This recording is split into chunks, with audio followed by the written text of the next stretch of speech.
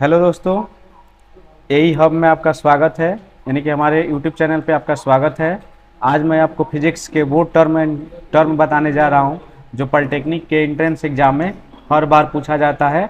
और यहाँ से आपको एग्जाम में क्वेश्चन पक्का है कि देखने को मिलेगा। आप एग्जाम आके दे के आके ज़रूर बताइएगा कि हाँ सर, आपने जो पढ़ाया था उसमें से आया है। और जो भी इस वीडियो पे नए हैं वो मेरे चैनल को सब्सक्राइब करें कि ताकि मैं इससे रिलेटेड जो भी वीडियो आपको डालूं और बेल आइकन को दबा दीजिए ताकि आपको सबसे पहले नोटिफिकेशन मिले। और ये भौतिक विज्ञान का पार्ट 1 है और ये रामबाण है आज से शुरू। और ये 1 से 5 जून जो पेपर होने वाला है इससे बाहर एक भी प्रश्न नहीं आएगा। ठीक है, तो चलिए दोस्तों चलते हैं। देखिए, सबसे पहले भौतिक राशि, इकाई का नाम और संकेत, जैसे हम लोग पढ़ते हैं ना, मात्रक, मूल मात्रक, व्युत्पन्न मात्रक, ये सारा चीज़। तो इसमें से हमसे ये पूछ लिया जाता है कैसे। तो देखिए, लंबाई का इकाई का नाम क्या होता है? लंबाई का मात्रक। क्योंकि लंबाई को हम किस में मापते हैं? मीटर में। और इसका संकेत क्या होता है? एम होता है। ये तो इजीली है। इसी तरह से द्रव्यमान को किस में मापा जाता है? किलोग्राम में। और इसका संकेत क्या होता है? केजी। समय का क्या होता है? सेकेंड में मापा जाता है और इसको एस से डिनोट किया जाता है। ठीक है। ताप क्या होता है?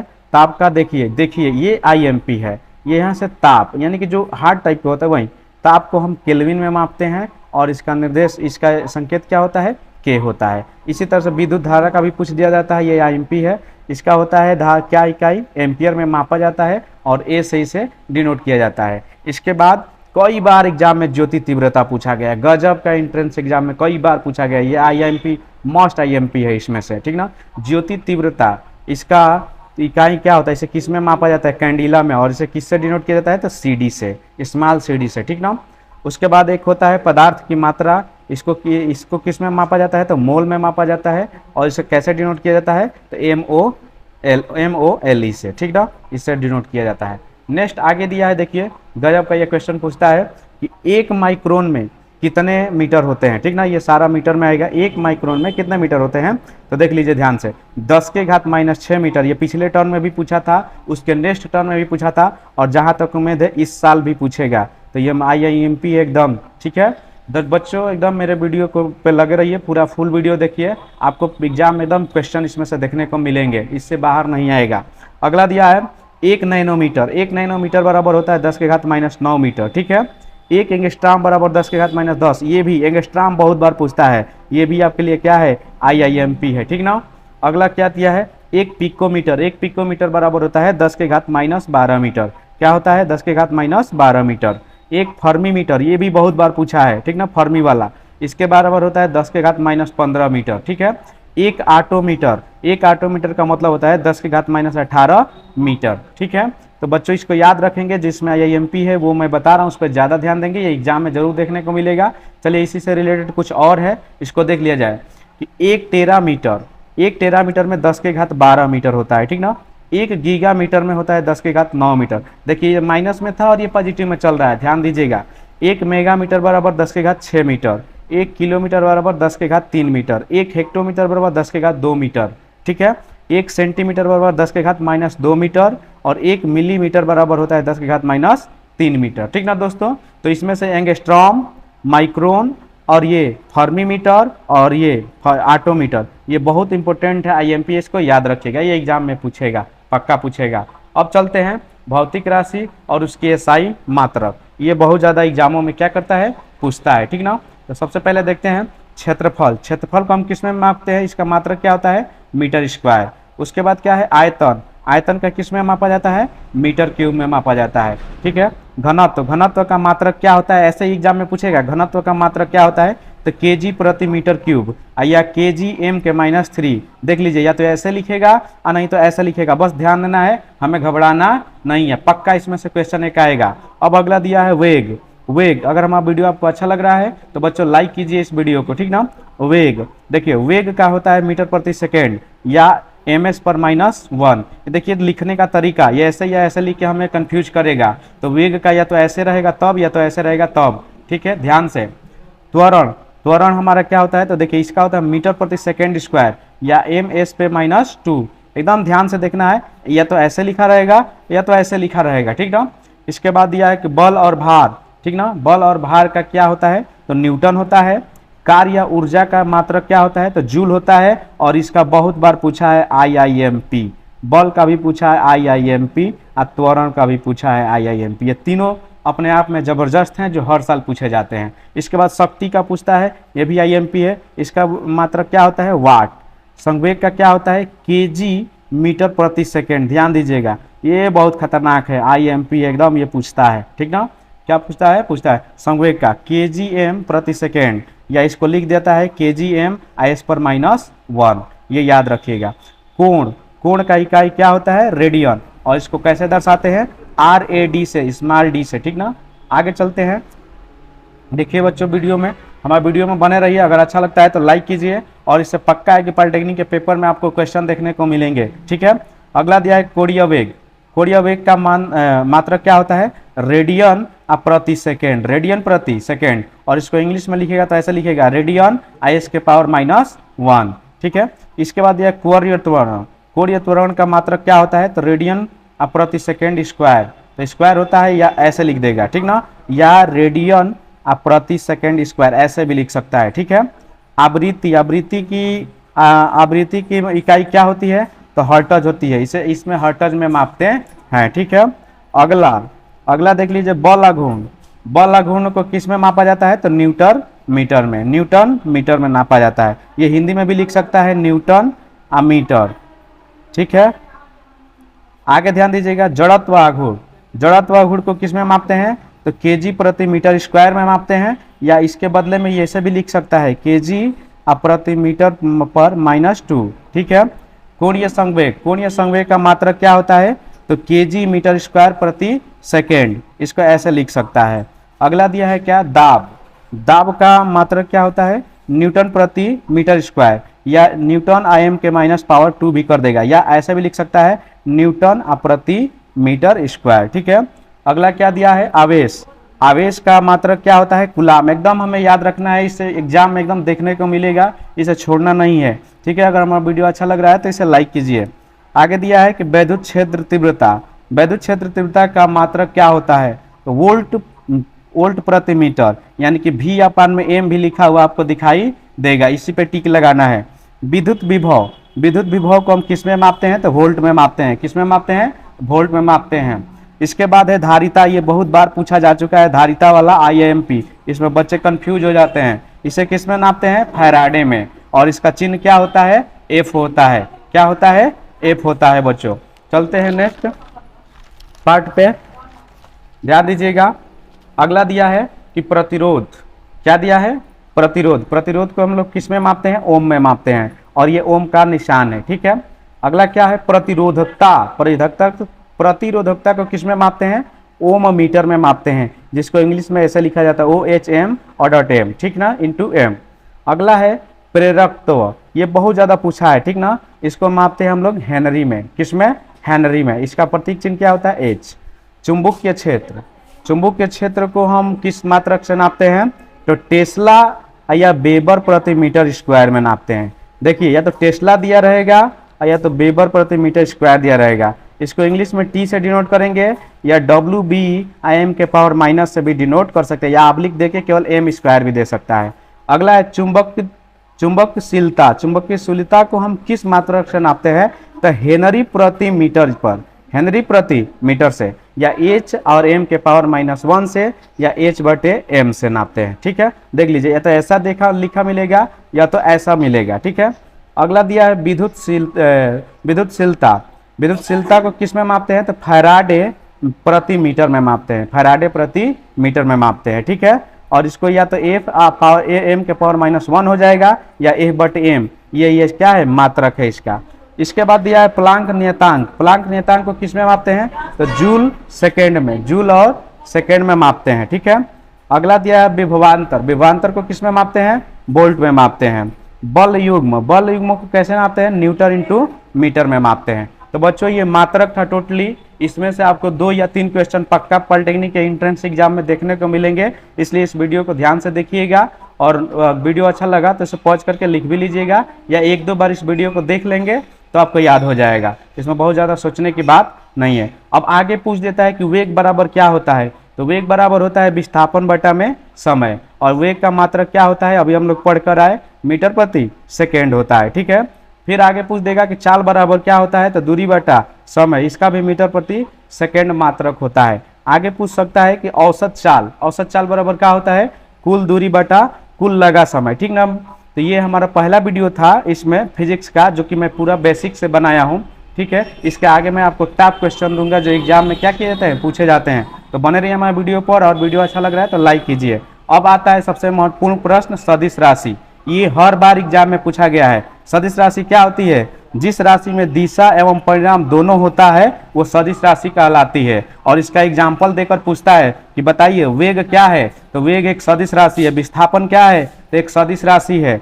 त्वरण क्या है, तो एक सदिश राशि है। बल क्या है, तो सदिश राशि है। उसी तरह से संवेग और बलाघूर्ण ये सारे क्या हैं, सदिश राशि हैं। तो इसमें से 3 दे देगा और इसमें से 1 दे देगा। ये भी पूछ सकता है कि इनमें से कौन सदिश राशि नहीं है। तो बच्चों हमें एकदम याद कर लेना है कि सदिश राशि कौन कौन सी होती है। इसलिए पक्का एक क्वेश्चन आएगा, पेपर देकर आकर हमसे मिलिएगा जरूर, हमारे यूट्यूब चैनल पर जरूर कमेंट कीजिएगा कि हाँ सर मिला था। ठीक है, आगे देखिए अदिश राशि। अदिश राशि क्या होती है, जिसमें परिणाम हो लेकिन दिशा नहीं हो, जिसमें परिणाम हो लेकिन दिशा नहीं हो। जैसे इसमें होता है दूरी, चाल, संहति। संहति को ही क्या कहा जाता है, द्रव्यमान कहा जाता है। क्षेत्रफल, आयतन, घनत्व, समय, ऊर्जा, कार्य, शक्ति, विद्युत आवेश इत्यादि, ये सारे के सारे अदिश राशि हैं। और ये बार बार एग्जाम में क्या होते हैं, पूछे जाते हैं। ऐसे पूछ दिया जाएगा बताइए दूरी कौन सी राशि है, अदिश या सदिश या दोनों या इनमें से कोई नहीं, तो हम बताएंगे क्या, अदिश राशि। ठीक है, इस प्रकार से प्रश्न एग्जाम में क्या किए जाते हैं, पूछे जाते हैं। आगे चलिए देखते हैं त्वरण। त्वरण क्या होता है, ठीक ना। इसका थ्योरी सहित भी पूछ देता है कि समय के साथ वेग में परिवर्तन की दर को क्या कहा जाता है। ऑप्शन दे देगा त्वरण, बल, फोर्स, ऐसे। तो हम लोग किस पे टिक मारेंगे, त्वरण पे। यानी कि समय के साथ वेग में जो परिवर्तन होता है उसे त्वरण कहते हैं। अगर वह परिवर्तन माइनस में जाए तो उसे मंदन कहा जाता है, और प्लस में जाए तो त्वरण कहलाता है। यानी कि मंदन में हम त्वरण का मान हमेशा ऋणात्मक लेते हैं। क्या लेते हैं, ऋणात्मक लेते हैं। ठीक है, अब त्वरण के लिए सूत्र क्या हो जाता है, देखिए ए, त्वरण को हम ए से, एक्सेलरेशन होता है, इसे ए से डिनोट करते हैं। v माइनस यू अपान में टी होता है, या इसी को अगर सॉल्व करें तो v माइनस यू बराबर ए टी हो जाता है, या v बराबर you plus half A T हो जाता है। अब इसमें जो v होता है वो हमारा क्या होता है, अंतिम वेग होता है। u जो होता है वो होता है प्रारंभिक वेग, a होता है वो त्वरण, और t होता है जो समय को डिनोट करता है। ठीक ना। अब कभी कभी क्या होता है कि एक समान त्वरण यानी कि हमारे चाल में परिवर्तन ना हो, तब हम इसे जैसे दूरी या ये निकालना हो तो हम क्या यूज करेंगे। तो देखिए जब एक समान त्वरण हो तो v बराबर होता है u प्लस ए टी। दूरी निकालना होता है, देखिए एस को एस जो होता है हमारा दूरी को करता है। तो दूरी निकालने के लिए अगर हमारे वेग दिया है प्रारंभिक तो कैसे निकालेंगे, U T plus half A T square. ठीक है, अगला दिया है कि v स्क्वायर बराबर 2e स्क्वायर प्लस 2as। ये तीनों न्यूटन के द्वारा दिए गए समीकरण है। गति के ये तीनों क्या है, समीकरण है। ठीक ना।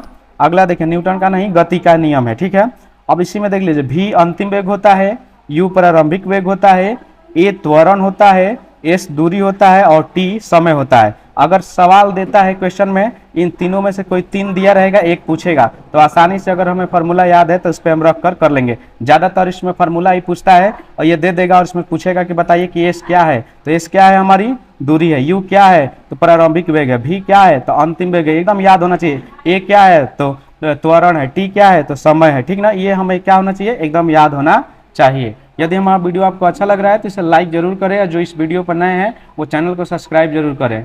ठीक है, नेक्स्ट चलते हैं आगे क्वेश्चंस।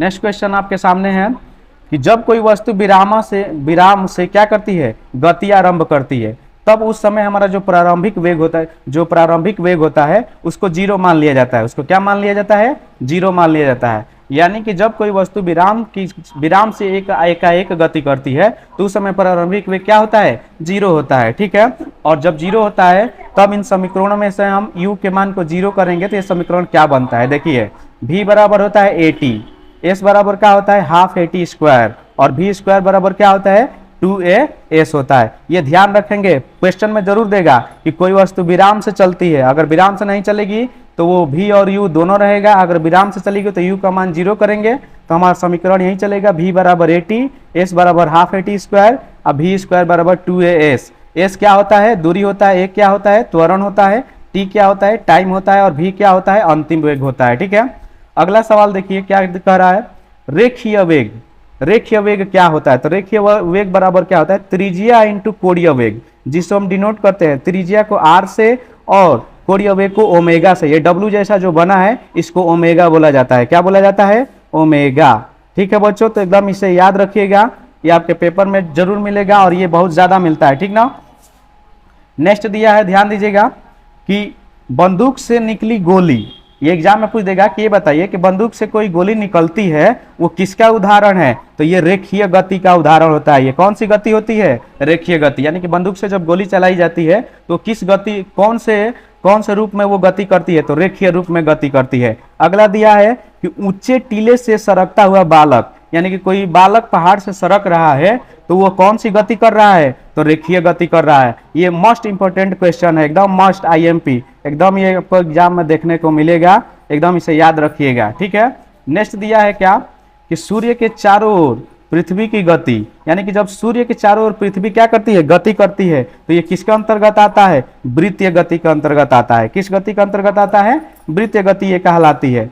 परमाणु के नाभिक के चारों ओर इलेक्ट्रॉन की गति क्या होती है, ये भी वृत्तीय गति होती है। और नाचता हुआ लट्टू, ये लट्टू वाला क्वेश्चन बहुत बार पूछा है पॉलिटेक्निक के एंट्रेंस में, लट्टू वाला क्वेश्चन कि लट्टू जब नाच रही है तो वो कौन सी गति कर रही है, तो वृत्तीय गति कर रही है। तो बच्चों ये जितना भी मैं यहाँ से यहाँ तक बताया है वेरी आईएमपी है, इसको आप लोग क्या कीजिए, ध्यान से देखिए, एक दो बार वीडियो को देख लेंगे तो ये याद हो जाएगा और पॉलिटेक्निक के एंट्रेंस में आपको पक्का नजर आएगा ये सारे सवाल।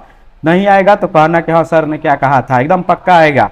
ठीक है, अगला, अगर झूले की गति, यानी कोई झूला झूल रहा है, वो गति कौन सी गति कहलाती है, आवर्ती गति कहलाती है। एकदम याद रखिएगा, ऐसे ही क्वेश्चन आते हैं पॉलिटेक्निक के एंट्रेंस एग्जाम में। चूंकि मैं खुद एक पॉलिटेक्निक होल्डर हूँ, सिविल से डिप्लोमा किया हूँ, मैंने पेपर दिया है, दो बार देखा हूँ मैं कि उसमें क्या आता है। अगला दिया है कि लोलक की गति, लोलक की गति कौन सी गति कहलाती है, दोलनी गति। एकदम ऐसे ही देता है कि बताइए कि झूले की गति किस गति के अंतर्गत आता है, ऑप्शन दे देगा, आवर्ती गति, दोलन गति, रेखीय गति, इनमें से कोई नहीं। तो हमें पास जानना चाहिए कि झूले की गति क्या होती है, आवर्तीय गति होती है। लोलक की गति क्या होती है, दोलन गति होती है। ठीक है बच्चों, आगे चलते हैं। देखिए अब क्या कर रहा है, जमीन पर आदमी का चलना, यानी कि हम सब जब जमीन पे चलते हैं वह कौन सा, न्यूटन का कौन सा नियम है, तो न्यूटन का थर्ड नियम है, जिसे क्रिया प्रतिक्रिया नियम कहा जाता है। यानी कि जितना बल हम पृथ्वी पर लगाते हैं, पृथ्वी भी उतना बल हमारे ऊपर क्या करती है, लगाती है। मेज पर पड़ी किताब, यानी कोई किताब हम मेज पे रखते हैं तो जितना भार वो मेज पे लगाएगी उतना भार मेज भी उस पर क्या करेगा, थोपेगा। यही कहलाता है क्रिया प्रतिक्रिया का नियम। ऐसे ही न्यूटन का तीसरा नियम कहा जाता है, ये बहुत बार पूछा हुआ है। ठीक ना, ध्यान रखिएगा, ऐसे एग्जाम में पूछता है कि बताइए कि जमीन पर आदमी जब चल रहा है या आदमी का जमीन पर चलना किसका उदाहरण है, तो न्यूटन का थर्ड नियम का, न्यूटन का थर्ड नियम। अगर ये नहीं दिया होगा तो ये जरूर दिया होगा क्रिया प्रतिक्रिया नियम। ठीक है, तो बच्चों एकदम याद रखिएगा, ये मस्ट आईआईएमपी है, एकदम एग्जाम में देखने को मिलेगा। ठीक है, नेक्स्ट देखिए F बराबर m इंटू ए, ये कई बार पूछा जा चुका है। न्यूटन का दूसरा नियम से ये सूत्र मिला है, यानी कि बल का सूत्र किस, न्यूटन के किस नियम से मिला है, ऐसा पूछा जाता है एग्जाम में। ये बताइए कि बल का सूत्र न्यूटन के किस नियम से मिलता है, तो सेकेंड नियम से। न्यूटन का दूसरे नियम से बल का क्या होता है, सूत्र मिलता है।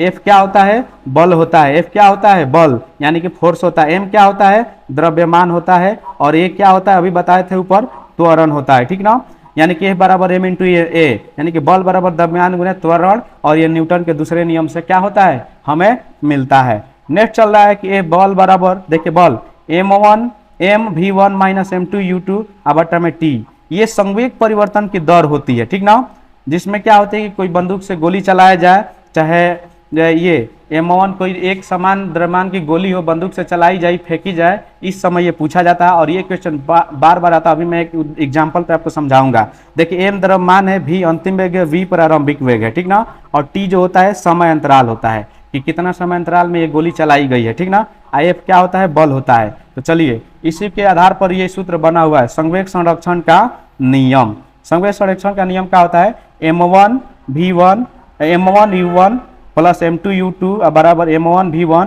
Plus m2 v2। कोई एक भी, मतलब कि कोई दो गोली दे देगा तो दो, एक गोली देगा तो एक, ऐसे करेंगे। ठीक है ना, तो यहाँ पर एक एग्जाम्पल देखिए, और ये सवाल आपको पक्का देखने को मिलेगा पॉलिटेक्निक के एग्जाम में, एकदम पक्का है कि एक क्वेश्चन पक्का मिलेगा।